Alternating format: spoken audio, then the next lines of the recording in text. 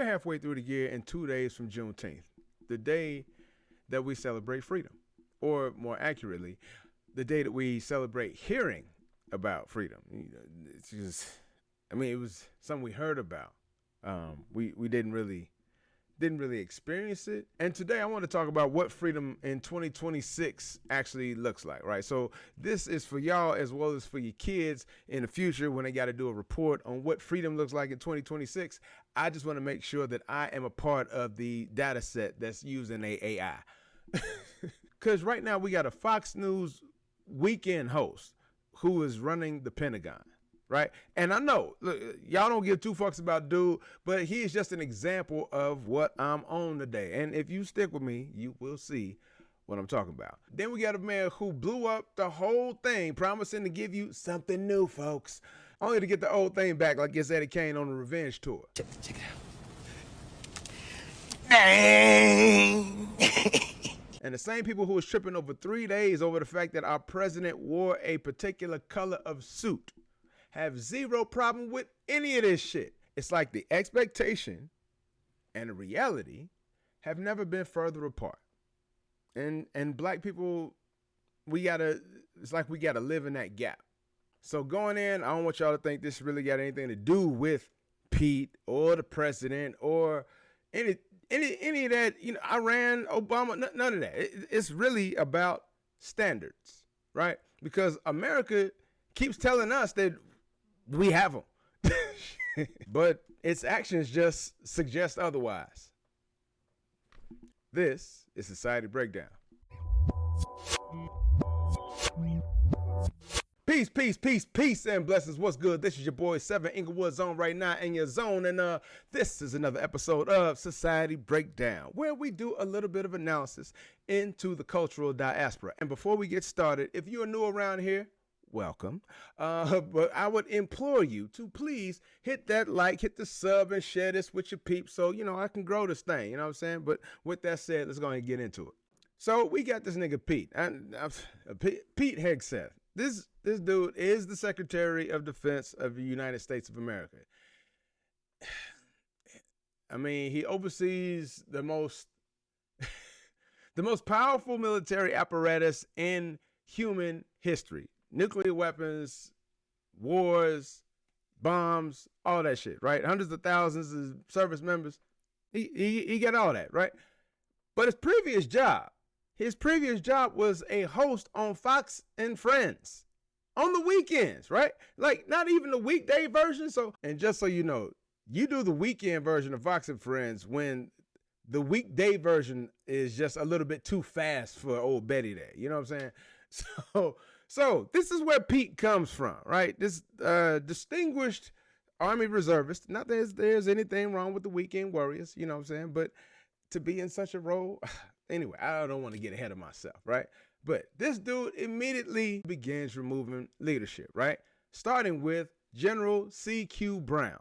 And just so you know a little bit about C.Q. Brown, he's the second black chairman of the Joint Chiefs of Staff, 40 years of service, combat pilot, decorated leader, and one of the most qualified military leaders that this country has ever produced. Gone. No real reason, just gone, right? And then who replaces this 4-star general who earned his way the entire way?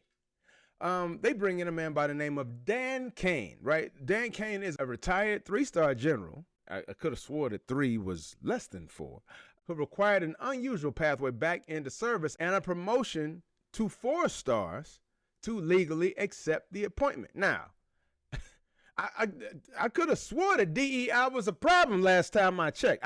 I could have swore DEI was a problem, right? And they said it's all about merit, having a meritocracy, right? Because the meritocracy is under attack. And ain't that what they were saying? Because standards matter, right? Ain't that what they say? You got to have standards. Because from where I'm sitting, I see one of the most accomplished military leaders in the country being removed and replaced with somebody who needed the system bent in order to walk through the front door. They fired General C.Q. Brown, chairman of the Joint Chiefs of Staff, 4 decades of service, gone.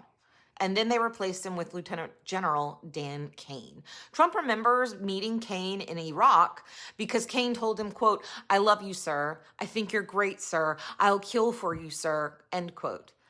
That's not a meritocracy. That's fucking magic. You know what I'm saying? Then you start to look around and you realize that 24 of the 24 generals and officers that were removed, 60% were black or women.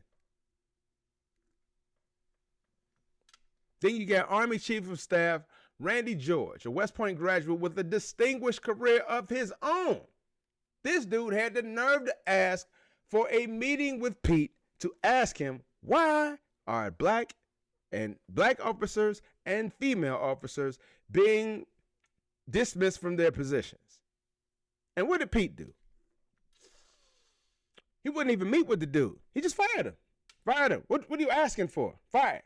And this was all done by the same guy who thought it was cool to hang up pictures of Robert E. Lee in the West Point Library. You know what I'm saying? So, just so you know, Robert E. Lee was the guy who was the leader of the Confederate Army, right? The guys who wanted to keep people like me in slavery. You know what I'm saying? Like, so why exactly do we need to have this guy up on the wall? That would be considered a treasonous traitor of some sort. At least in opposition of the way of life that we currently practice, because I thought this was what we wanted. Is it not? I mean, the man literally fought against the United States, right? If somebody can, I just need somebody to explain the logic, just once, if you can, because look, I don't want to sit here and play the if they were black games, but if a black Secretary of Defense had come in firing 24 generals and hung a picture of Farrakhan on the wall and started removing anybody that can't pass the raw chicken test, I'm sure that would not be a segment on Fox News. That would be a whole congressional event. They'd have emergency panels. They'd have 6 podcasts, people on Netflix and documentaries talking about this is the fall of America, the day they let the niggas in. You know what I'm saying? Like, you know that they would do something like that. So why is it okay? You know what? We're not talking about a black Secretary of Defense, are we? This dude is just today's example of a system that continually extols the virtues of bootstraps and earning one's way, while fealty and loyalty are actually the rule of the day. Bars. And, you know, so look, that's to say, look, they are saying that you have to go and get a job and save up your bread, get the good fit, get the good clothes, get the good jewelry, get your ride together, get your house and all that stuff together. And that way, so you can have the privilege of being in line to get into the club that they didn't already let their homies in from the back. You know what I'm saying? So that's what that is. In case you didn't know, that's what that is. So this shit ain't much as a bug as much as it's a feature of the system. Okay, so Iran, right? 2015, Obama's working with multiple countries and international inspectors to negotiate this thing called the JCPOA, or the Iran nuclear deal for all the common folks, right? So basically, Iran freezes its nuclear activity. They ain't producing a whole lot, at least not enough to be used in any sort of weaponry or anything like that. They got inspectors going in to verify the compliance. And the best part is, we didn't have to have any wars or anybody to die to have that happen, right? It was all good. And then your boy Trump spends years talking about, this is the worst deal ever, folks. It's the worst deal. I don't see how Obama could have done such a thing. It's the worst in history. Obama got played. Like, he was saying all kinds of shit, right? Okay. Then this nigga talking about real leaders would have done better, right? Okay. And you know, it always amazes me. I gotta just say this. This is a quick just aside, but look, it always amazes me how many people are out there who are saying things like, "Oh, white man could do it if a black guy did it and a white guy could do it." Then do it. Then fucking do it. Don't nobody want to hear your mouth. They just want to see what you about. Bars. Now I'm spitting today, but They don't care about that shit that you saying. What you doing for real? Can you really do that shit you saying? Or are you just that shit you saying? All right, so my bad. All right, going back. So then your boy Trump is talking about if he was in the room, right? Okay, you wouldn't believe the deal if he were the one to be in the damn room. You know, it would be tremendous. It would be the greatest thing ever, you know, since sliced bread, all that goofy shit, right? Okay, so 2018 comes. Guess who the hell is in office? Yo bitch ass. All right. So then he pulls the United States out of the deal that we were already in because it's the worst deal ever. You see. And then everybody else stays in. We leave. And guess what Iran did? You ain't gonna believe this, y'all. Iran resumes enriching uranium. I mean, ain't no deal in place. And to be quite honest, I don't know why any country would get into any deal with the United States, considering how many that we have backed out of or just absolutely didn't follow. But once again, I digress. Anyway, so they get closer. Iran, that is. They get closer to the nuclear capability every single year. And then suddenly, while they got this nuclear capability, they realize how much leverage they really got over the global economy through the Strait of Hormuz. So fast forward to February 28th of this year. In tandem with our greatest ally, right, we launch strikes on Iran. 13 American service members die. Thousands of Iranians get killed. Gas prices explode.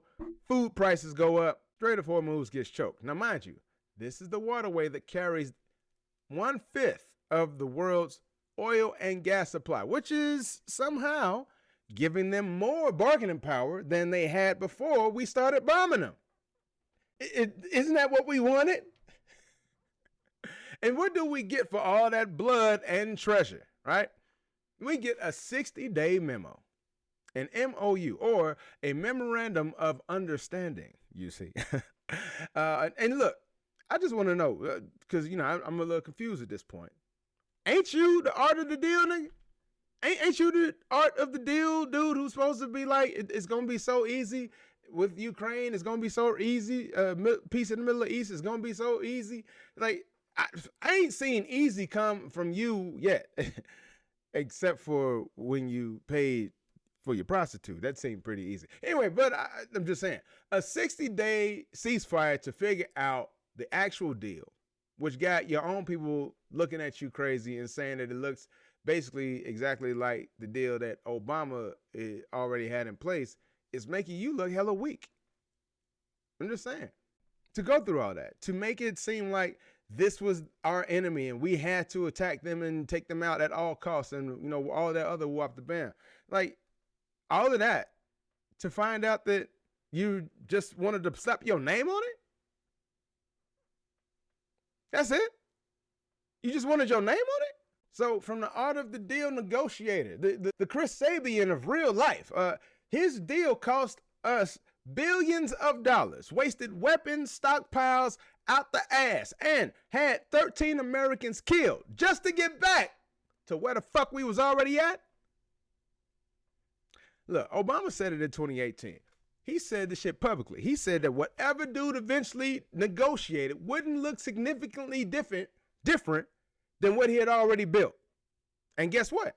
Nigga was right. Obama was right. From his house, private citizen Obama was right.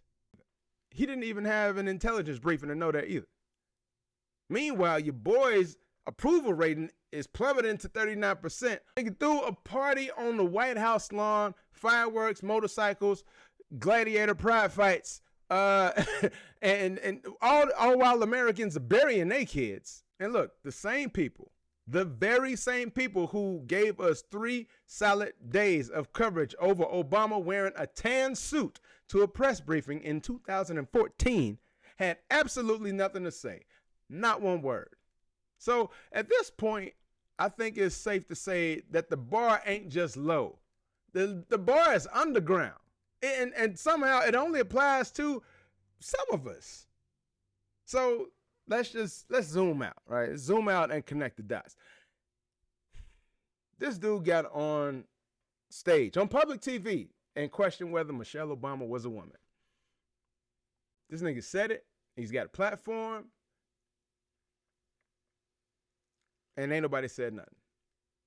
But Obama, tan suit, 3 days, fabric, cotton, thread, you know what I'm saying? 3 fucking days. They spent 3 days talking about Obama. They questioned his birth certificate. They questioned his faith. They questioned his patriotism, his very existence. They demanded that one of the most qualified people to ever occupy the presidency prove himself every single day. And then turned around and handed the nuclear codes to a man found liable for sexual abuse in civil court, convicted of 34 felonies, who started a war that nobody wanted, possibly raped and killed children, likely raped E. Jean Carroll, lusted after his own daughter, possibly had his wife taken out, pushed a cryptocurrency scam, made billions off the presidency when he's supposed to be divested of his fucking businesses, and is now negotiating a deal that he spent years saying was fucking beneath him.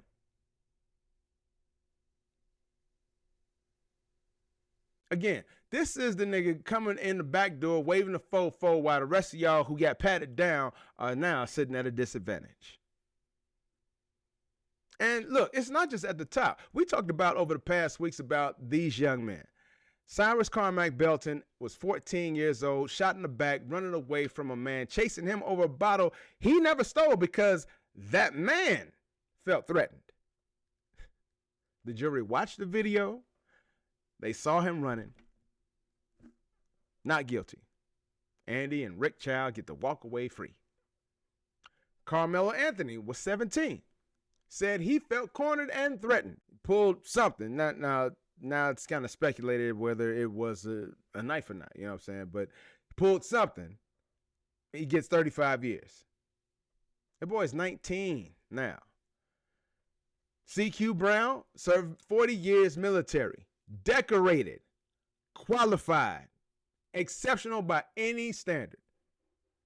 Fired without explanation. Replaced by a man who needed an emergency promotion to legally take the job. And to me, it's all the same story. In America, black people are required to be the exceptional ones, just to receive the basic fairness.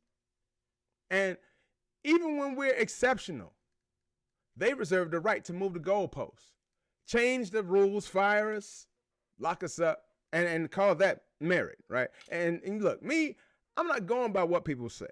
I'm going by what people do. I'm going by what they accept. I'm going by what they reward. And what they reward is not excellence. It ain't character. It ain't bootstraps. It ain't none of that shit. What they reward is familiarity. And we just seem to never be familiar enough.